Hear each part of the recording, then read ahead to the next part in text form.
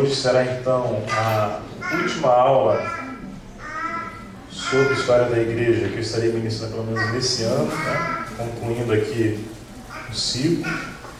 Eu vou pedir meu amigo, irmão, meu amigo, né? Mais chegado que o irmão, reverendo Milton Miller, se puder pegar um copo de água para mim, eu agradeço todo o meu coração.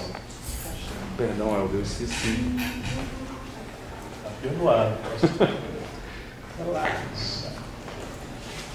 E hoje a gente vai falar sobre reforma monástica ao declínio medieval e vamos fazer uma revisão dessas 4 aulas que foram ministradas. E eu tenho fé que nós vamos conseguir isso dentro do tempo que nós temos.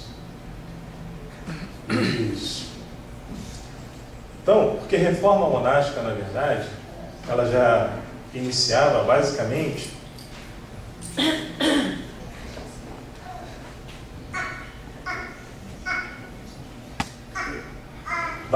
na aula anterior.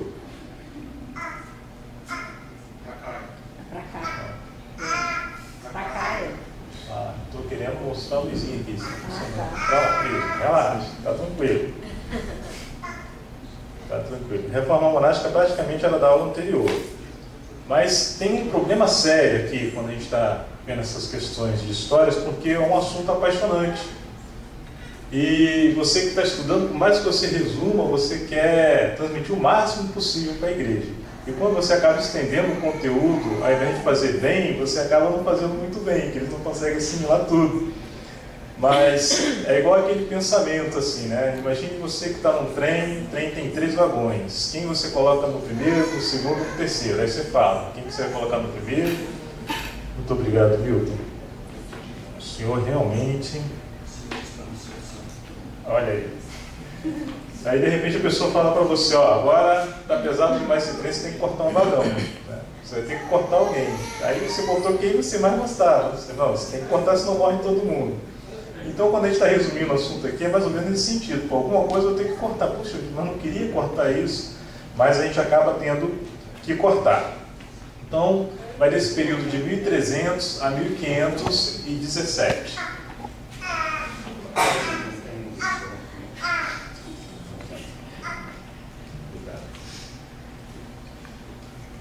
Está indo, mas não estou conseguindo passar aqui não, Emerson.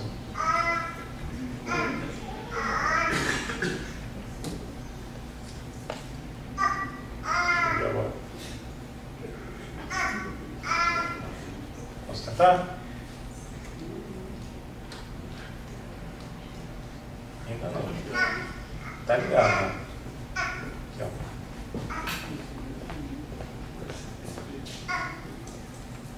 Vamos ver a pilha.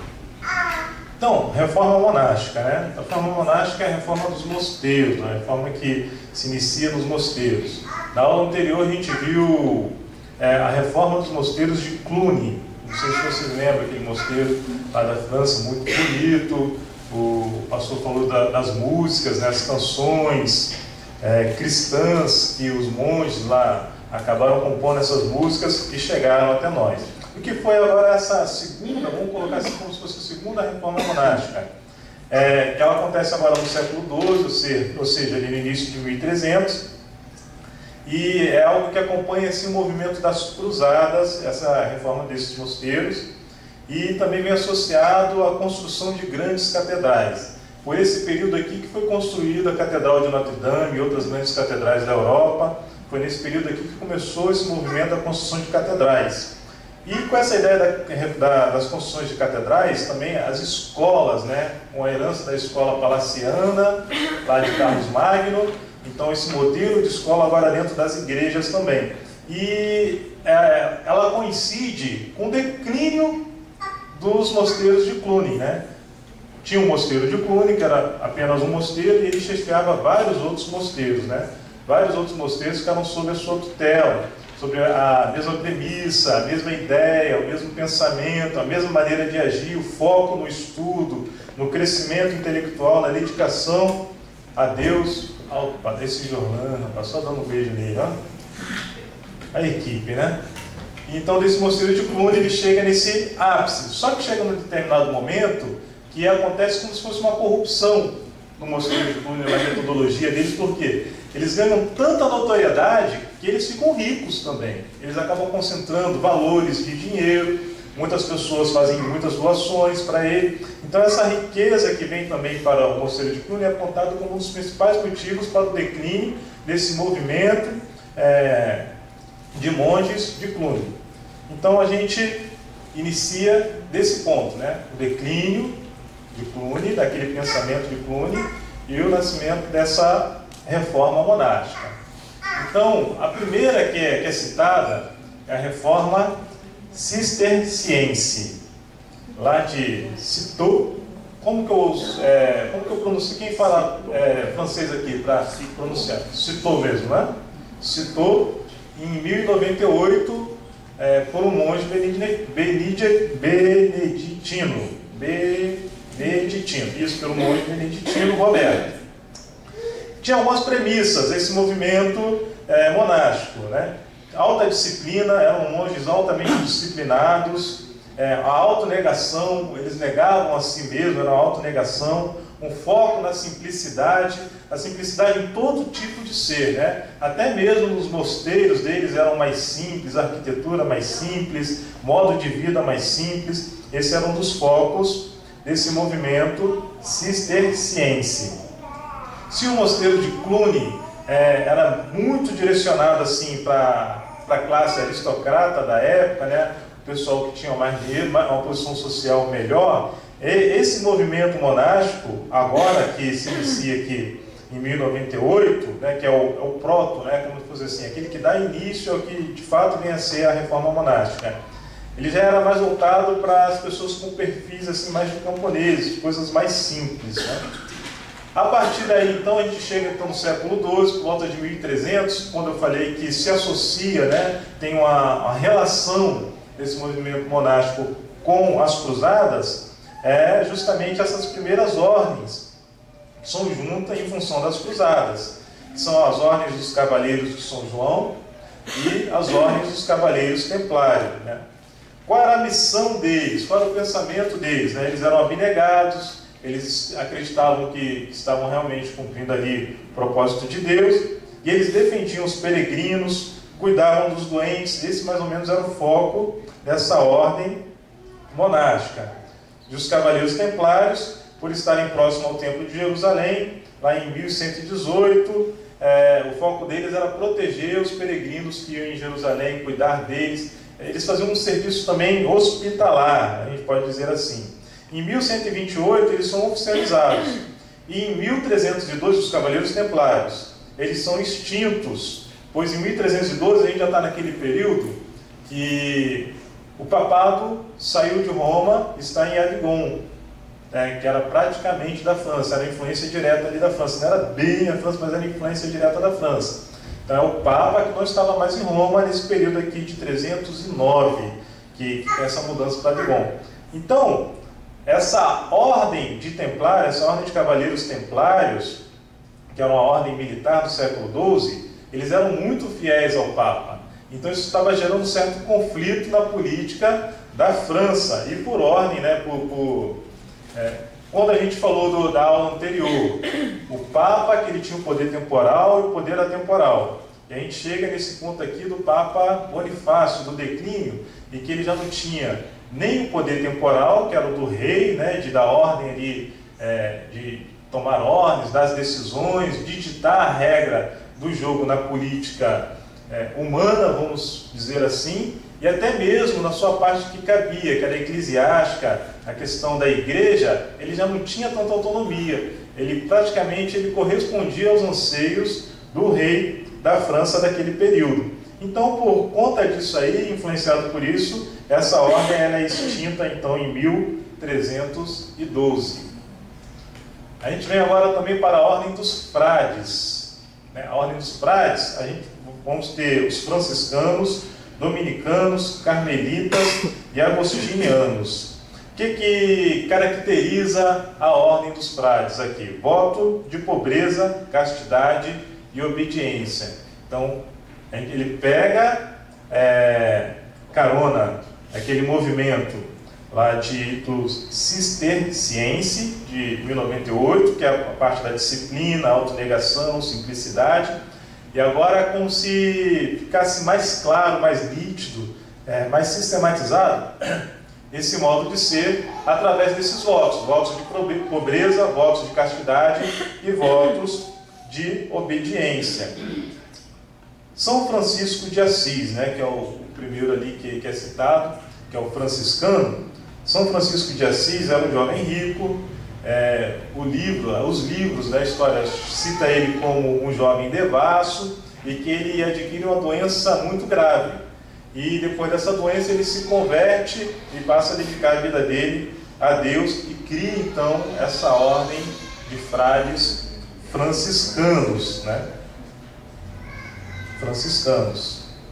E um dos pontos interessantes, né, dessa questão dos frades é a palavra frade, que vinha de frate, de irmão, de alguém que estava próximo. E aqui a gente tem uma revolução, posso citar assim, que é uma maneira muito diferente da igreja lidar com o povo, com a população, porque eles estavam próximos do povo. Se no mosteiro de Cluny eles se retiravam, ficavam no mosteiro durante longos períodos, eles ficavam isolados da sociedade, agora na ordem dos frades, esse tipo de monge, né, os irmãos, que é aquele que estava perto, eles estavam no meio do povão, o tempo todo no meio do povão. Com esses votos deles de pobreza, eles recebiam doações, né? Era mendicância praticamente, eles recebiam esmolas mesmo, esmolas que eles recebiam.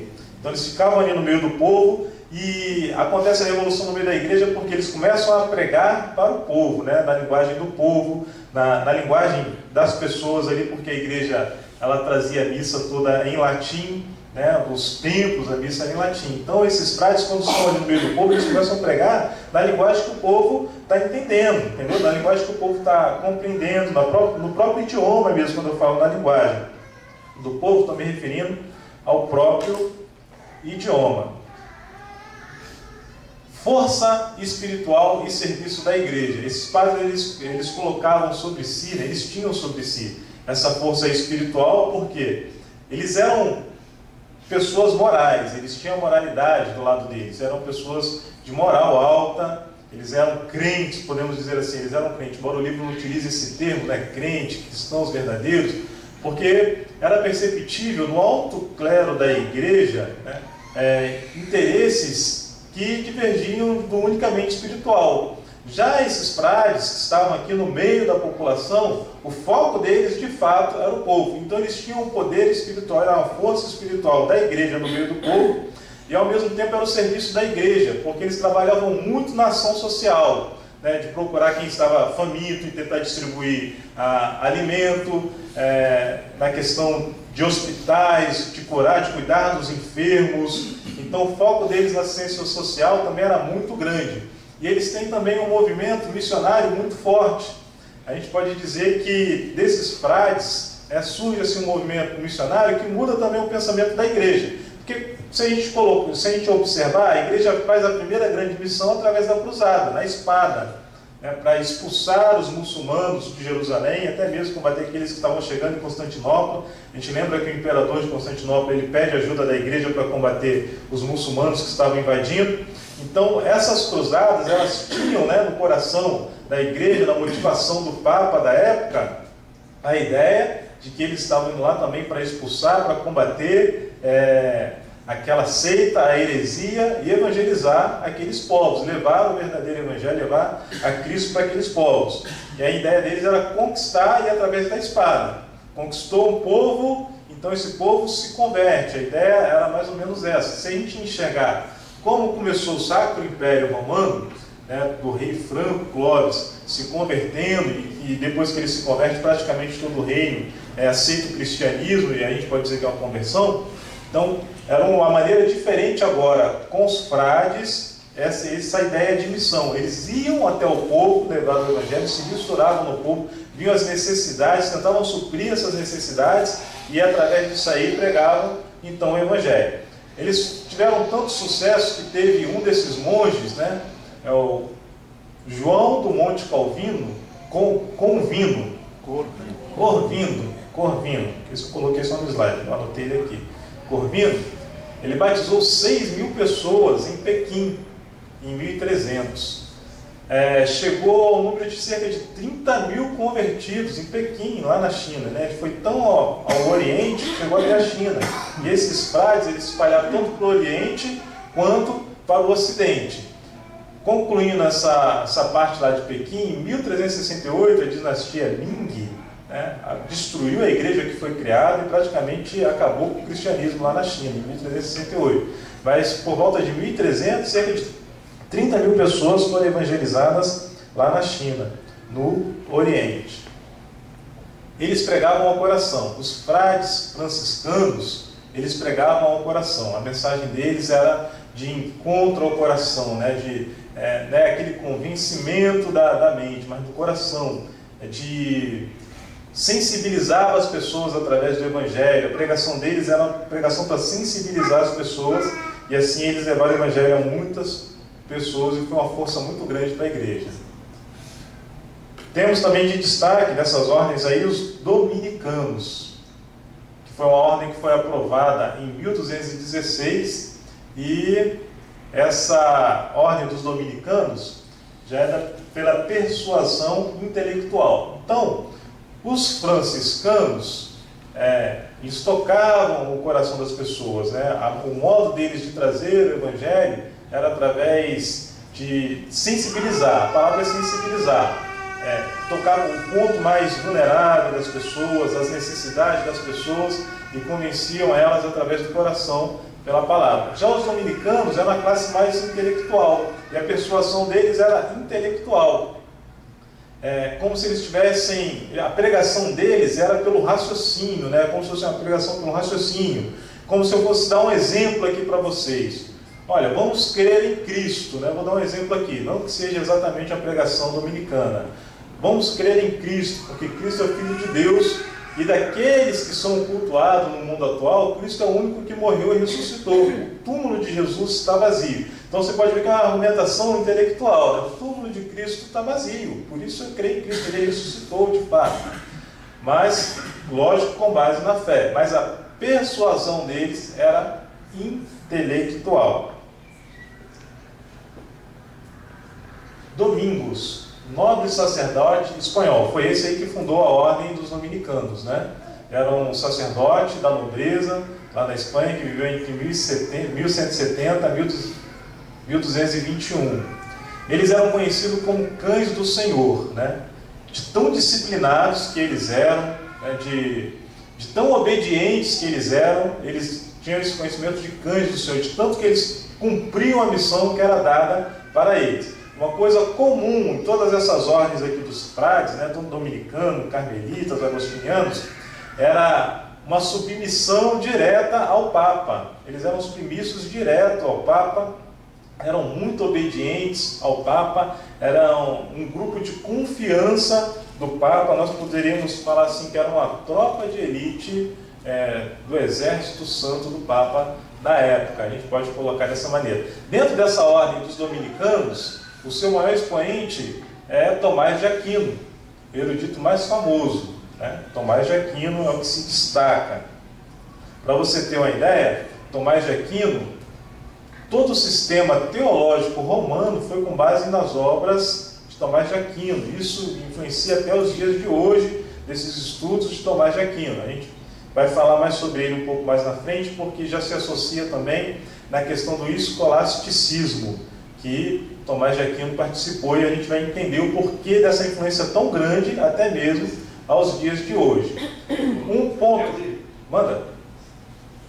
Isso é importante hoje para a gente entender por que um sacerdote católico, para ser ordenado ao ministério católico, ele passa, por exemplo, o franciscano passa 11 anos. Os 11 anos... Agora eu não sei se são, acho que são 6 anos de filosofia. Né? Então, aí a gente eu vi eram 5 anos de filosofia. Né? Então, vai 5 anos só filosofia. Mas que depois ele continua estudando mais filosofia. Mas assim, a teologia vai entrando, né? Isso. Mas por que eu estou chamando a atenção para isso? Porque para o católico, isso pelo Concílio de Trento que foi aprovado, inclusive voltando para Tomás de Aquino, as institutas dele, porque para o católico, ele, para interpretar a Bíblia, ele tem que ter a filosofia. Então a filosofia é ferramenta necessária para a interpretação das Escrituras. E outra coisa, é o magistério da igreja que vai interpretar. Então, por exemplo, vocês entendem o qual que foi de Lutero falar que nós temos acesso às Escrituras e interpretar as Escrituras. Eu posso ler e interpretar as Escrituras. Inclusive, Lutero rompeu com isso aí com Tomás de Aquino, com o escolasticismo, por causa disso. Ele dizia, não, nós não precisamos da filosofia para interpretar a palavra do Senhor. Logicamente, a filosofia tem o seu peso e importância, mas, para o católico, isso aí até hoje é desse jeito. Isso.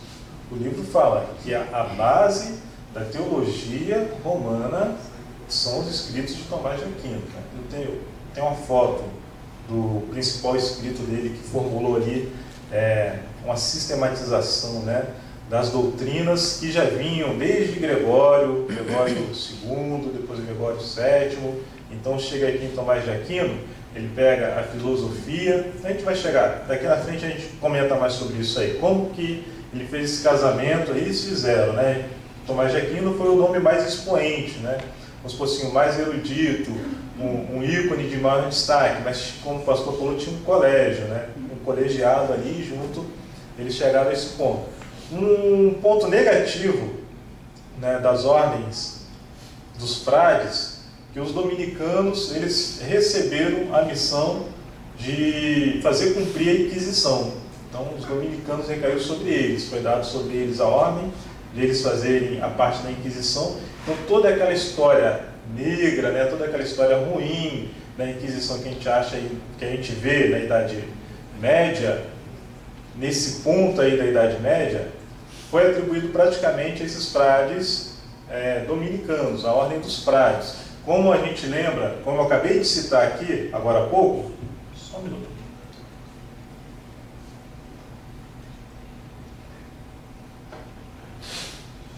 Eles eram muito disciplinados, muito obedientes, obediência muito extrema ao Papa, e essa missão foi incumbida a eles. E eles então fizeram cumprir essas ordenanças do Papa, essas ordenanças da Igreja em relação à Inquisição. Eles têm a favor deles assim muitas coisas boas, construíram muito para a Igreja. O que levou ao fracasso, ao declínio, ao declínio dessas ordens dos frades foi a questão da riqueza. Eles começaram a ficar ricos, também começou a gerar riqueza, e eles acabaram se desviando desse propósito. Os que vieram se seguindo não mantiveram aquela força de abnegação, de tirar assim, viver somente para Deus, não se preocupar com criar riquezas, de levantar riquezas na terra. Isso levou ao declínio no século XIV. Criaram muitos hospitais, e dentro do hospital, a ideia deles, dos hospitais dominicanos, era o seguinte, que eles iam cuidar ali do corpo do homem, e iam cuidar também do espírito do homem, da alma, do espírito, ou seja, cuidavam do corpo que estava padecendo, e cuidavam daqueles homens que estavam padecendo também pelo pecado, apresentando a eles o Evangelho de Cristo. Então, um dos fatos que chama a atenção é que cerca de 10 mil frades morreram entre 1348 e 1349 por causa da peste negra, porque eles estavam ali na linha de frente cuidando dos feridos, por uma assistência à mão de Deus, vamos colocar assim, para essa tragédia que aconteceu na Europa e que dizimou ali um terço da civilização da Europa da época. Então eles estavam no pelotão da frente. Aqui a gente então tem uma foto que representa ali São Francisco de Assis, e do lado São Tomás de Aquino, com os escritos na mão, e procurando mais sobre essa questão das figuras que estão aqui em volta dele, das figuras que estão em volta deles. Eu achei alguns que falavam que eram os filósofos, que traduziram os escritos de Aristóteles, mas a fonte não era muito segura. Isso sobre a imagem, que era um filósofo árabe e outro filósofo judeu, que nós vamos comentar sobre eles mais à frente. São Francisco de Assis sempre com a pomba branca, porque eles diziam, a maioria das imagens que você encontra dele, tem aqui dos retratos, né, da época, com a pomba branca na mão dele, ou próximo a ele, representando que era um homem assim, iluminado pelo Espírito Santo de Deus, que é uma das representações. Escolasticismo.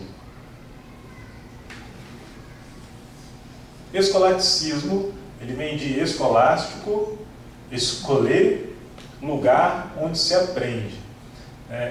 Ele foi motivado pelos escritos de Aristóteles, né, pela filosofia de Aristóteles. Esse movimento ele veio motivado pelos escritos, pelo conhecimento. Quando tomaram conhecimento dos escritos de Aristóteles, que foi traduzido por Averroes, introduzido pela Espanha, e Moisés, esse nome, rapaz, eu tenho nem em casa. Maimônides, que era um rabino, um filósofo, um rabino. Então a gente tem ali um filósofo Averroes e o Moisés, Averroes, um filósofo árabe, e Moisés, um filósofo rabino, né, judeu rabino. Então Moisés introduziu ali no Ocidente também as traduções que ele fez, e Averroes foi introduzido na Europa através da Espanha, porque ali aquela área da península ali foi tomada pelos muçulmanos, como nós vimos em aulas anteriores. Então nesse ponto há um encontro da filosofia com a religião. A filosofia ela é introduzida na religião. Nesse ponto aí, esse movimento, os pais desse movimento, os ícones desse movimento, eles chegam a substituir os pais da igreja como guardiões da verdade. Até então, os guardiões da verdade bíblica, da verdade sagrada, eram os pais da igreja. Eles tinham escritos dos pais da igreja e era a referência dos guardiões da verdade da igreja. E nesse ponto aqui, com o estudo deles, associando a filosofia, a religião, eu vou mostrar para vocês como eles introduziram essa questão, eles passam a ser os detentores da verdade sagrada. Eles tomam o lugar dos pais da igreja, como se fosse a referência da verdade das Sagradas Escrituras a partir da filosofia. Era um movimento intelectual, então eram muitos estudiosos. O foco deles era o estudo, eles estudavam bastante, eram homens intelectuais e se associava, como nós falamos, da classe dos frades dominicanos, que a partir do intelecto para levar o evangelho. Filosofia da religião. Provar a verdade vigente pelo raciocínio. Como que eles faziam isso? Eles não buscavam uma nova verdade. Todo o conhecimento que a igreja tinha até então, eles já tomavam aquele conhecimento como verdade. Vou dar um exemplo aqui para vocês, que vamos voltar a citar ele novamente mais à frente, da transubstanciação do pão. Quando o sacerdote pegava o pão e fazia a oração, aquele pão, no conhecimento da Igreja Católica naquele momento, ele de fato se transformava no corpo de Cristo. E o vinho era de fato o sangue de Cristo, ou seja, era uma transubstanciação, era a transformação na hora que o padre orava, se transformava. Então ele procurava, através da filosofia e de maneiras de raciocínio lógico, levantando questões lógicas, para explicar esse fato. Ele não, em momento nenhum, ele contestava aquilo que a igreja já tomava como verdade, mas eles utilizavam das maneiras dos escritos de Aristóteles, né, dessa base filosófica, do raciocínio lógico, de buscar raciocinar, de buscar entender, de buscar mais conhecimento. Ele usava dessa ferramenta para comprovar, para reforçar uma verdade que já era tida na igreja. No momento nenhum ele colocava isso para contrariar uma verdade, ou seja, buscar uma outra verdade, buscar de fato, vou averiguar se de fato isso aqui é verdade. Pegasse, por exemplo, a filosofia e fosse questionar, isso aqui que foi escrito pelos pais da igreja, isso aqui que foi escrito pelo Papa lá no ano de 800, isso aqui de fato é a verdade? E usar as ferramentas da filosofia para, no final das contas, falar assim, de fato, ele estava certo, porque eu analisei através dessa ferramenta da filosofia e cheguei à conclusão que ele estava certo. Não era isso que ele fazia. Ele já tomava aquilo como uma verdade irrevogável e utilizava da metodologia filosófica para reforçar aquela questão, ou seja, ele provava a verdade vigente através do raciocínio lógico. Então a gente pode dizer que era o cerne do pensamento escolástico, do escolasticismo. Se eu quiser cooperar com mais alguma coisa, pastor? Não, é isso mesmo. É isso mesmo, né? É por isso que, por exemplo, hoje, é uma crítica muito forte, não vem de hoje, mas que o que? A Igreja Católica fala que o corpo do homem precisa de Deus, mas a cabeça não. Isso. Porque, por exemplo, aí vem o iluminismo, que é um problema muito sério, que a razão é deificada, ou seja, a razão é suficiente para a gente ter sentido para a vida. E o que acontece? A gente vê biblicamente que o homem todo está maculado pelo pecado, inclusive a razão. Então, o raciocínio também precisa do Senhor, precisa de conversão, né? E você vê, eles voltam à filosofia aristotélica, e é essencial para entender as Escrituras a filosofia aristotélica fora dos padrões bíblicos, né? Isso é uma coisa muito questionável. É lógico que a filosofia dá o quê? Tem a lógica filosófica, a explicação, né? Igual você falou aí, não está atrás de combater as verdades da Igreja Católica, mas isso também abre um flanco muito grande para a questão do iluminismo, que vai exatamente exorcizar a palavra do Senhor. Muito bom. Então, escolasticismo, essa palavra bem diferente, movimento escolástico, a base dele era provar de uma maneira racional, filosófica, as verdades que já estavam no meio da igreja, não questionavam aquelas verdades. Esse seria o ponto. A gente tem aqui, então, a obra de Tomás de Aquino, a Suma Teologia, que é a síntese definitiva que integra e harmoniza a filosofia e a religião dentro da Igreja Católica. Isso aí, desculpa. Pode ficar à vontade. Isso aí, por exemplo, a Suma Teológica está no mesmo grau de autoridade das Escrituras. Isso mesmo. É porque assim, você vai estudar essas coisas, você vai vendo coisas lá que não é falado assim no dia a dia, né, da Igreja Católica, né? Mas isso aí é exatamente na prática que acontece, né? Então, por exemplo, tem na Paulo, onde você quiser, tem um livrinho do Concílio Vaticano II, que ele vai falando, por exemplo, do Concílio Vaticano II, que é 62 a 65, as doutrinas básicas. Por exemplo, o Vigário de Cristo, ele tem a palavra inerrante, e assim por diante. Ele tem capacidade de formar uma suma teológica e mudar o entendimento das Escrituras e ser seguido por todo mundo, né? Então, essas coisas estão por trás, não é pregado assim para a pessoa comum da Igreja Católica. Só para quem de fato vai atrás que vai ver. Mas, embora não seja pregado, como o pastor falou, para as pessoas comuns, né, influencia diretamente no modo da Igreja Católica agir. Embora não seja pregado, você não vai ver o padre na missa, no homilia, pregando sobre isso, mas influencia totalmente a maneira de ser da Igreja Católica. É como se fosse algo omitido, assim, às vistas, né? Às vistas, assim, omitido, mas que está ali fazendo uma base, sustentando toda a estrutura da Igreja até os dias de hoje. Então, a gente tem, então, no pensamento da Igreja, essa harmonia da filosofia com a religião. E quando chega nesse ponto aqui, é que os críticos mais batem na Igreja, né? Os críticos batem na Igreja alegando que esse período era o período das trevas. Tem essa associação por conta de situações como essa aí, de que a Igreja não tinha a mente aberta para progredir e impedia o progresso da ciência e coisa do tipo. Então a linha que comenta dessa maneira, citando que esse período da Idade Média também é chamado de Idade das Trevas, por conta da Igreja inibir o pensamento livre, científico e coisa do tipo. Mas como já comentei também em aulas anteriores, hoje esse pensamento de Idade das Trevas, ele não é mais um consenso, né? Na verdade é a minoria que olha para a Idade Média olhando como se fosse Idade das Trevas. E aqueles que argumentam, a argumentação, por que é a Idade das Trevas, e eles associam a Idade das Trevas por conta da igreja cristã da época do Sacro Império Romano, que impedia.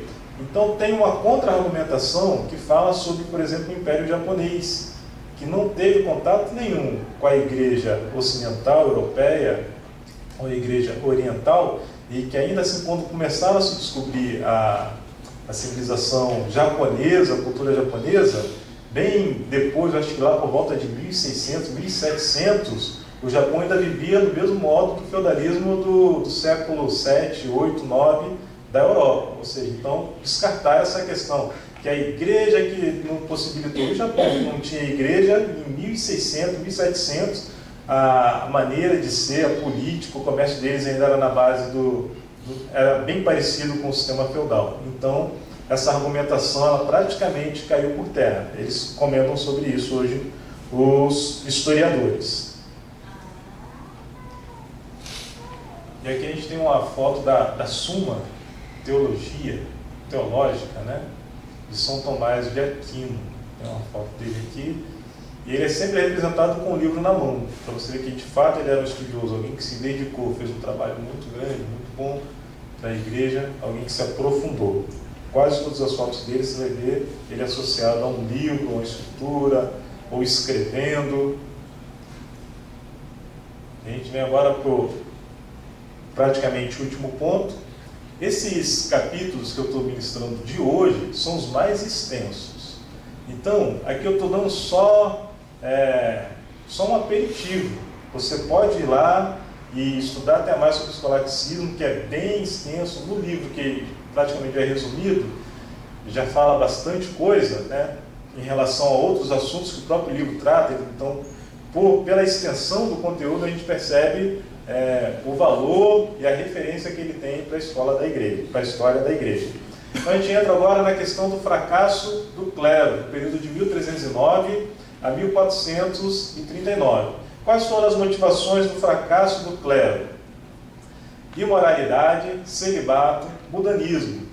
O clero, nesse período aí, ele ficou muito imoral, né? Tinha imoralidade muito grande, eles viviam mais por conta das riquezas, do poder da igreja. A questão da doutrina do celibato, que Gregório e Inocêncio, né, oficializaram na igreja, que a gente viu em aulas anteriores, estava gerando conflito. Tinham muitos padres aqui que deliberadamente eles tinham concubinas, né? Eles tinham amantes, concubinas, eles não podiam casar, tinham assumido esse pacto, mas de maneira clara, eles não eram casados no papel, mas todo mundo sabia quem era a mulher daquele padre. Tinham filhos, e o problema com a questão dos filhos, padres que abandonavam para criar os filhos, outros que omitiam para então estar cuidando dos filhos. Aí vinha a preocupação financeira, se você tem família, você tem que prover. Então toda essa questão gerou um enfraquecimento do clero. E eu tenho um casal de amigos que o pai deles é padre, né? Era padre, morreu o padre. Tinha um casal de amigos, né? Depois que o pai morreu, que a mãe contou. Depois que o pai morreu, que a mãe contou. 4 irmãos, lá do Rio Grande do Norte. E que aí a história que ele conta, a história verídica, né? São amigos, 4 irmãos. Que a mãe dele, ainda jovem, foi trabalhar, fazendo limpeza na igreja, coisa do tipo, e começou a namorar o padre. Aí veio o primeiro filho, e aí o padre falou que ia ajudar a cuidar, porque fizeram mal à menina. É sério, essa história. Hoje ela é da Assembleia de Deus, que sei lá o nome dela, é uma história que ela conta abertamente, por isso que eu estou falando aqui com vocês. E ela falou que aí foi o primeiro filho, ele falou, não, vou ajudar a criar, porque fizeram mal à menina. Até o 4º filho, né?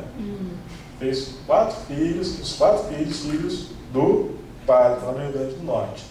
Então, pode falar, João. Um comentário que eu, no ano passado, que eu li, que o Papa Francisco, eles já estavam levantando a possibilidade de permitir que padres casassem devido à escassez de pessoas que se levantavam hoje para ser padres, né? Porque eu acho que hoje lá eles têm, não esqueci o nome agora, é uma pessoa casada que ministra também no lugar do padre. Diácono. Acho que tem outro nome também, é um outro nome diferente. O diácono pode casar. Aí eles já estavam tendo essa possibilidade que o Papa estava levantando de realmente permitir por causa da dificuldade que estava tendo. Isso não estava mais sendo. Isso mesmo. E a motivação é que estão faltando candidatos, é uma das principais motivações, faltando candidatos. Mas, 2 passos à frente, eu vou comentar novamente sobre essa questão do celibato.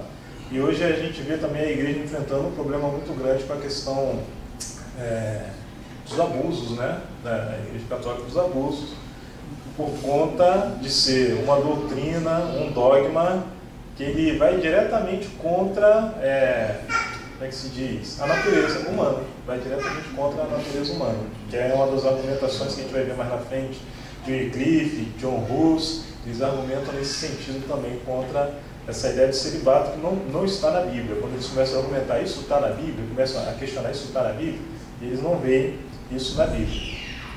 O segundo ponto que é destacado aqui no livro, cativeiro babilônico. Vamos lembrar cativeiro babilônico, a gente pensa logo lá em Judá, né, Israel, mas não é. O cativeiro babilônico da Igreja Católica, do Papado, que em 1300, e coloquei 5 ali, mas eu acho que é 9.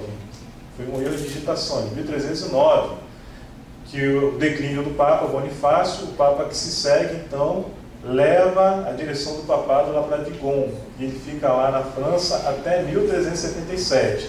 Então esse período gera um enfraquecimento muito grande do papado, do clero, há grandes divisões. Quando chega em 1377, o papado volta então para Roma. Depois de um grande apelo, vários apelos lá de Roma, o papado volta. Quando troca o papa novamente, o papa que se segue, novamente leva o papado lá para Digon. Em 1378, ou seja, um ano depois, leva novamente para Digon. E nesse período aí acontece o grande cisma, que não tem nada a ver com o cisma do Oriente, da Igreja do Ocidente com a Igreja do Oriente, do Império Romano e do Império de Constantinopla.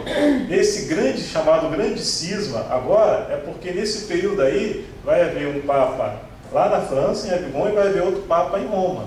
E o de Roma fala assim, o de lá é ilegítimo, da França é ilegítimo, e o da França fala, o de Roma é ilegítimo.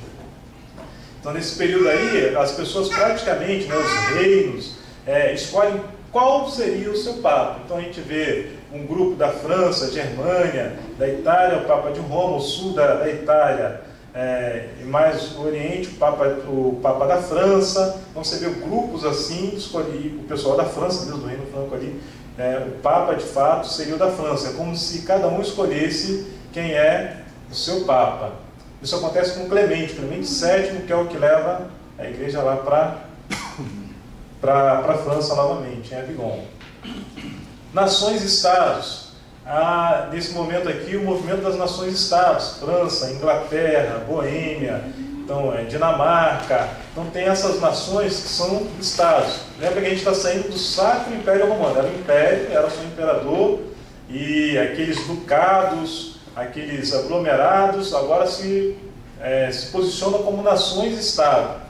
Então, esse posicionamento de nação-estado começa a gerar conflito, porque o poder do Papa era um poder católico, né? Ele mandava no mundo todo. Então, o rei de determinada nação-estado, ele queria influenciar a igreja local, mas ela não podia ser influenciada por causa do Papa que estava lá em Roma, que era o único que influenciava toda a igreja. Então, isso começa a gerar esses conflitos, porque essas nações-estados elas se fortalecem, os exércitos delas ficam fortes, e elas começam a ter uma opinião cada vez mais forte e dificultar, então, esse poder papal.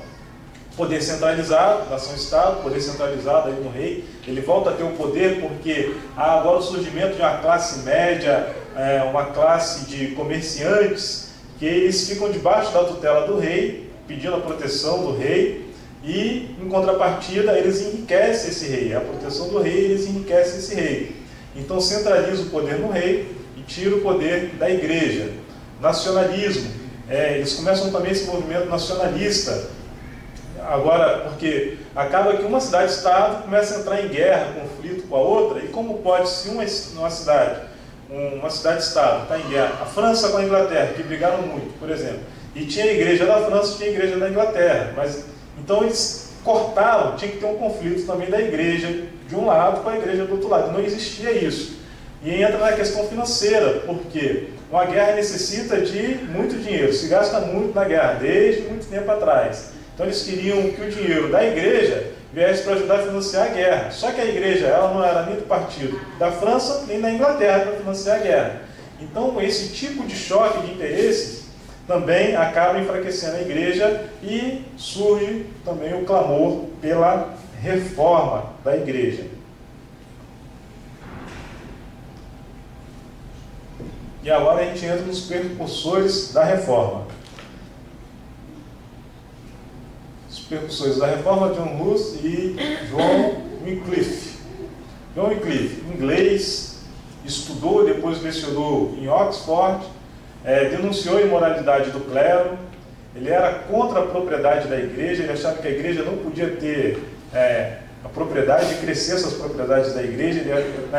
Na visão dele, o clero teria direito de uso, mas não de posse. É como se fosse posse do Estado e o clero pudesse usar. Era mais ou menos assim que era a ideia de Wycliffe. Na visão dele, Cristo é o chefe da igreja e não o Papa. Como o pastor falou ali, o termo que eles usam, né, que o Papa é o vigário de Cristo, ou seja, é o representante, é o dono da igreja aqui na terra. E ele afirmava que Cristo ressuscitado, Cristo ressurreto, ele continuava sendo o dono da igreja, não o Papa. Ele era contra o dogma da transubstanciação. John Wycliffe, ele faz a primeira tradução integral, né, de todo o Novo Testamento para o inglês. Ele acaba se retirando dessa cidade de nome muito feio, por causa da perseguição que ele sofre de bater de frente, diretamente de frente, contra a igreja. Essa tradução é feita em 1382.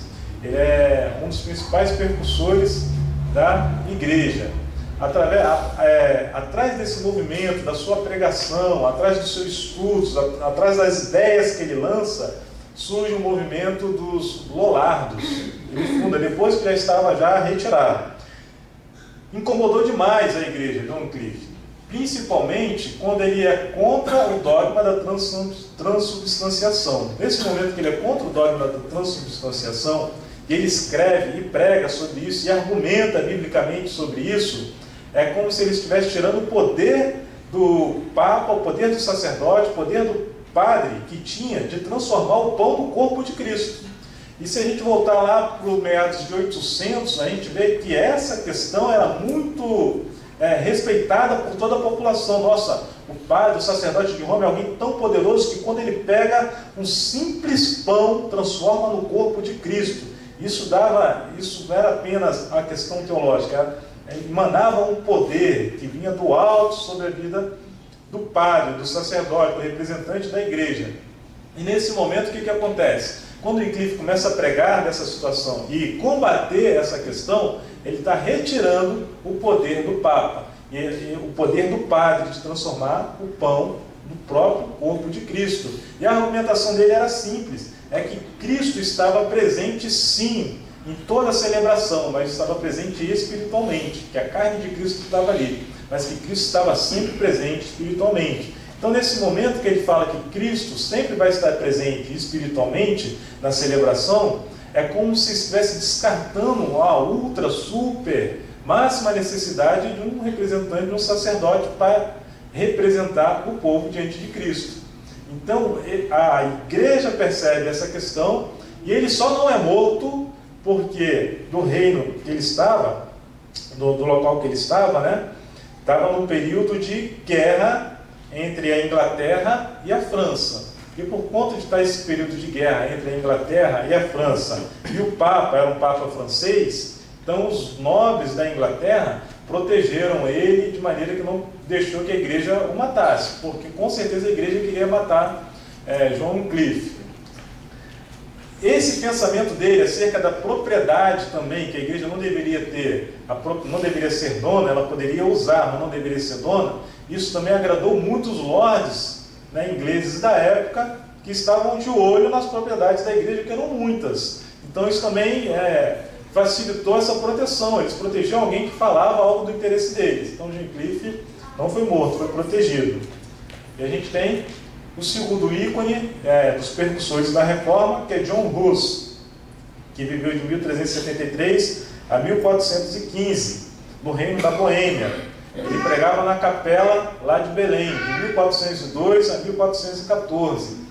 E o que aconteceu? Quando, no período de John Hus, é aquele fato que acontece na igreja na Inglaterra, que o rei Henrique se casa com Ana Boleyn, né? Todo mundo já viu esse filme, todo mundo já viu essa história, a história marcante que tem aquele racha da Inglaterra com a igreja católica e estabelece a igreja da Inglaterra. Então, nesse momento, muitos do reino da Boêmia, eles vão até a Inglaterra para beber, para comer do pasto lá da Inglaterra, né? Para se alimentar lá da teologia que estava saindo ali da Inglaterra. Então, John Russell ele vai para lá e ele é diretamente influenciado pelos escritos de Wycliffe.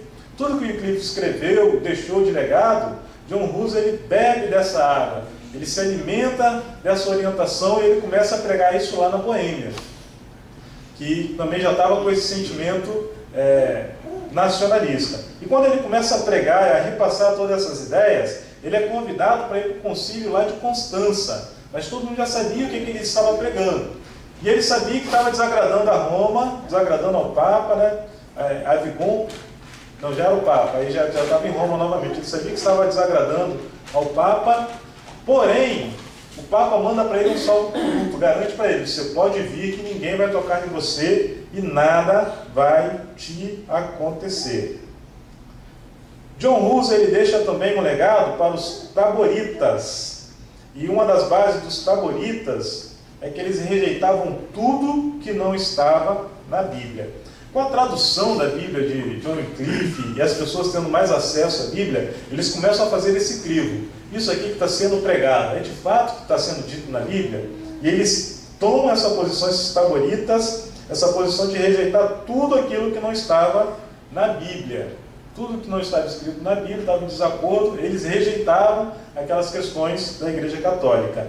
E se John Wycliffe foi um referencial para John Hus foi um referencial que inspirou Lutero.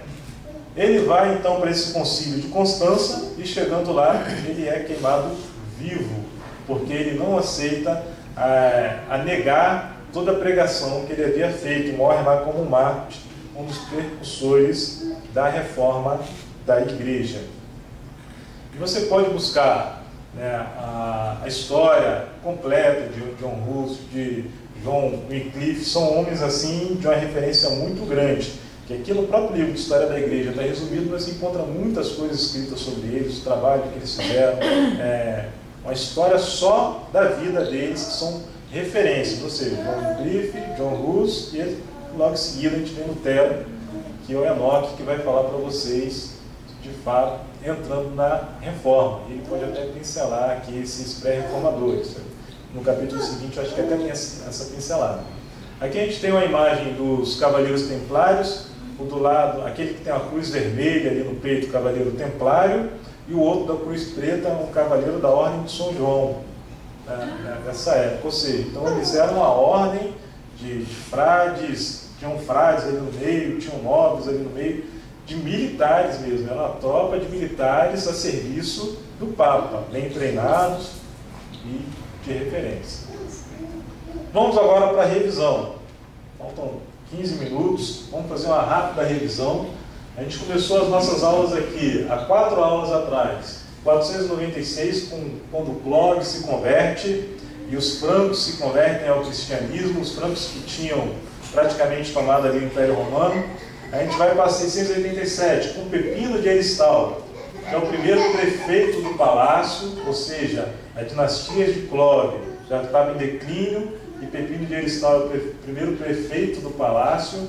Seguindo ele vem Carlos Martelo, que é o primeiro rei carolíngio, que ele fala assim: não quero ser mais prefeito do palácio, eu quero ser agora um imperador, porque os filhos, os descendentes de Clóvis, não conseguiram sustentar o reino merovingio, né, o Império Merovingio, então surge agora o Império Carolíngio. Embora Carlos Martelo é o primeiro a puxar para si o título de imperador, é o primeiro da dinastia carolíngia, a dinastia carolíngia só toma esse nome depois de Carlos Magno, em 800, que é coroado como imperador dos romanos.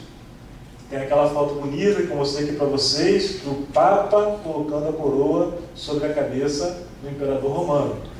Em 840, o filho de Carlos Magno morre, que é a morte de Luís, e já começa o declínio então do Império Carolíngio também. tem a divisão e feudalismo em 870, que de fato ocorre essa divisão em 840. Morre o Luís, filho de Carlos Magno, mas só em 870 que tem essa divisão e começa então o movimento feudalismo, né? Feudalismo. 1054 temos o cisma do Oriente, quando a Igreja Católica Ortodoxa grega se separa da Igreja Latina, do Papa de Roma, e a gente passa a ter a Igreja do Oriente, que hoje é chamada Igreja Católica Ortodoxa, a qual a Lívia gosta muito de visitar, se sente muito bem quando vai lá, brincadeiras à parte, Lívia, que parece muito diferente, né? Parece que eles vivem lá ainda naquela época medieval, tem aquelas diferenças, que ele tinha que ter barba, o Papa tinha que ter barba, os padres tinham que ter barba. A gente passa então em 1073 para Gregório VII, que o nome dele era Hildebrando, que é o que muda a questão da votação do Papa, como que era eleito o Papa. Ele tira a influência dos reis, do imperador, e deixa apenas com os cardeais, com o clero, e essa manobra já é um grande poder para a Igreja. A gente chega em 1074, ainda com Gregório, já começa a primeira cruzada, que é a que chega até Constantinopla, que eles tomam Constantinopla de fato e anexam Constantinopla a questão do Ocidente, né, a Igreja do Ocidente.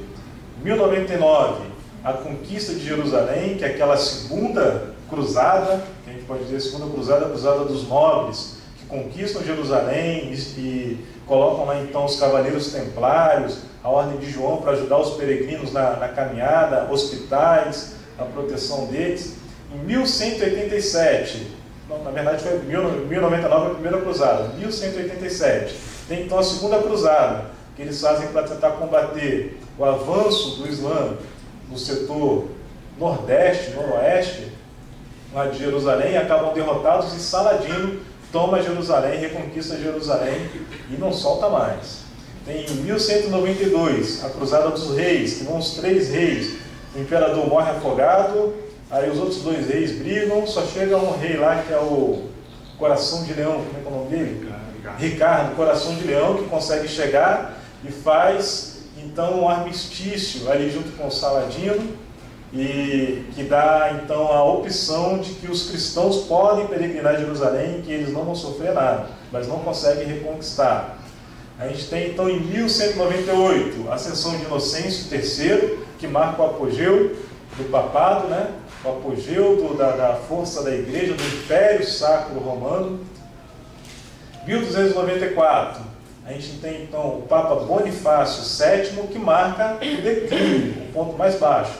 Se Inocêncio marca o ponto mais alto do poder papal, poder temporal, Bonifácio é o ponto mais baixo, que ele acaba sendo preso lá na França. Aí o Papa vai para Avignon.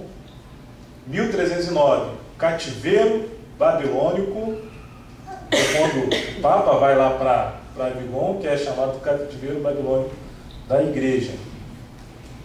E aqui a gente encerra então essa nossa revisão. A partir daqui é a aula de hoje, então por isso que eu não coloquei aqui na revisão.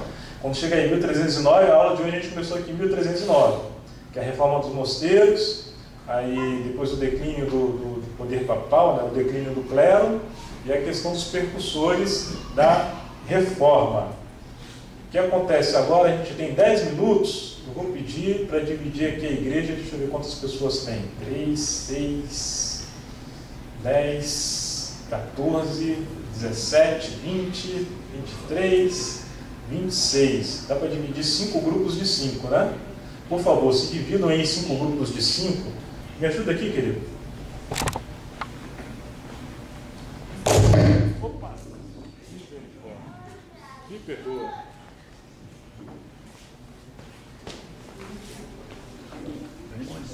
Opa!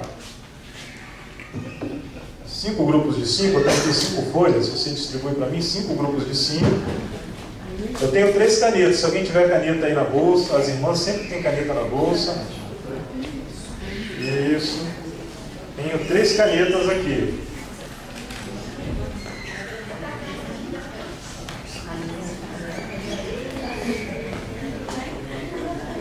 Grupos de 5. Tem um pessoal aí aí que acompanhou todas as aulas. Se você não viu todas, se junte com quem acompanhou todas as aulas. Vamos ver qual vai ser o melhor grupo.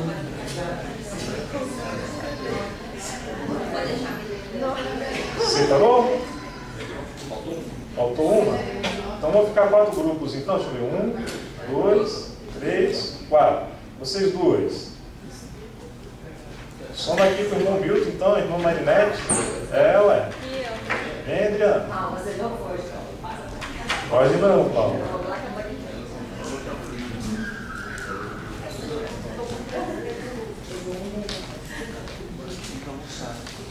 Vamos. Aqui tem um mapa, né? Um mapa que eu mostrei muito interessante.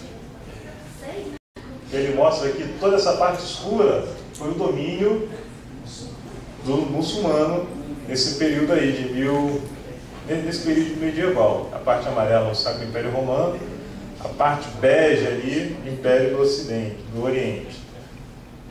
Revisão. Tem essas 8 perguntas aí para vocês responderem bem rapidinho e me entregar. A equipe que ganhar vai ganhar uma barra de chocolate e uma caixa de bombom que eu vou trazer de noite. E eu vou conferir aqui as respostas. 10 minutos para fazer, valendo. O pessoal da equipe verde lá do acampamento não vale não, já estão ali. Vamos ganhar, vamos ganhar.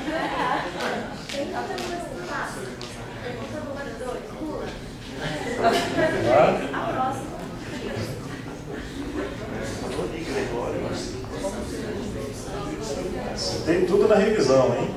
Deixa mesmo, da revisão, vai todo mundo do outro.